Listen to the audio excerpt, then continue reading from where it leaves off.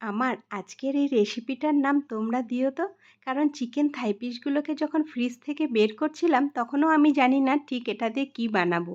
প্রথমে এইভাবে লম্বা লম্বা করে টুকরো করে কেটে নিলাম। কিছু কিছু জায়গাগুলো অনেকটা মোটা ছিল, তাই সেইগুলোকেও দু টুকরো করে কেটে নিয়েছিলাম। তারপরে তাকে নুন, ভিনিগার আর জলের মধ্যে কিছুক্ষণ ভিজিয়ে রাখলাম। অনেক জায়গায় দেখেছি এইভাবে ভিজিয়ে রাখলে নাকি চিকেনের জুসিনেসটা থাকে।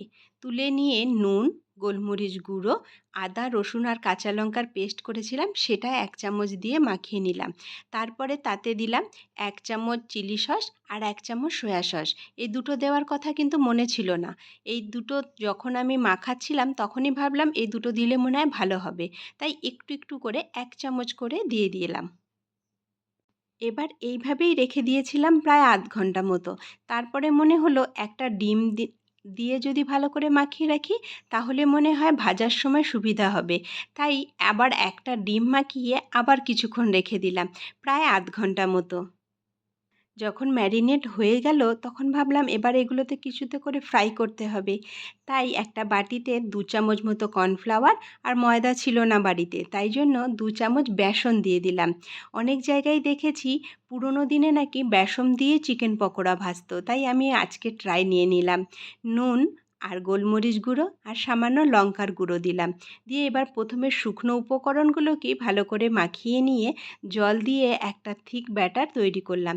খুব ঘনও না আবার খুব পাতলাও না, মোটামুটি একটা ঘনত্বের ব্যাটার তৈরি করলাম।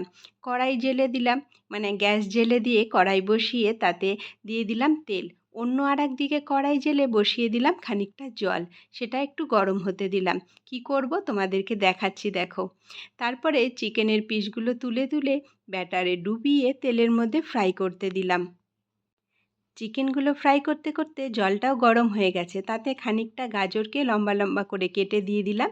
একটুখানি সেদ্ধ হয়ে আসার পরে দিয়ে দিলাম ব্রোকলি। সেগুলোকেও ভালো করে জলের মধ্যে সেদ্ধ করে নিলাম।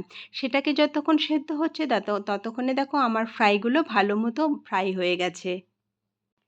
তেলে ভাজার পরে ফ্রাইগুলো অনেকটা প্রথমে একটুখানি কড়াইয়ের মধ্যে লেগে লেগে গিয়েছিল, কিন্তু খুবই করকরে হয়েছে। আওয়াজটা শুনে নিশ্চয়ই বুঝতে পারছো কতটা এটা ক্রিস্পি হয়েছিল। এবার কড়াইটা আবার পরিষ্কার করে তাতে একটু তেল দিয়ে রেড বেল পেপার আর ক্যাপসিকাম দিলাম, আর তার সাথে দিয়ে দিলাম সেদ্ধ করে রাখা ব্রোকলি আর গাজর। সেগুলোকে ভালো করে ভাজা ভাজা করে তুলে রাখলাম একটা প্লেটে।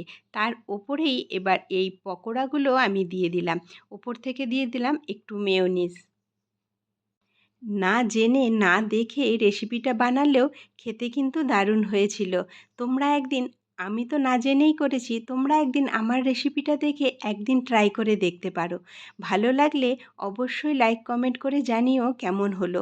আর আমার এই রেসিপিটার নামটা জানাতে ভুলো না যেন।